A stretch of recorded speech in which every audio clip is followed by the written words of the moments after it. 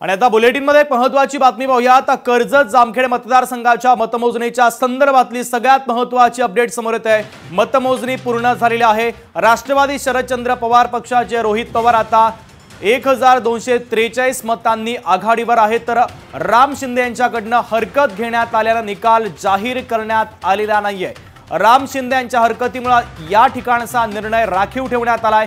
शेवटपर्यंत या ठिकाणी अटीतटीची लढत आपल्याला पाहायला मिळालेली होती। त्यामुळे आता कर्जत जामखेडचा गड राखण्यात पवारांना यश येतं का हे पाहणं देखील तितकंच महत्त्वाचं आहे, कारण कर्जत जामखेड मतदारसंघाच्या संदर्भातली ही बित्तम बातमी आपण पाहतोय। राष्ट्रवादी शरदचंद्र पवार पक्षाचे नेते विद्यमान आमदार रोहित पवार फक्त 1243 मतांनी आघाडीवर होते आणि त्यानंतर मात्र राम शिंदे यांनी हरकत घेतल्यानं निकाल जाहीर करण्यात आलेला नाहीये।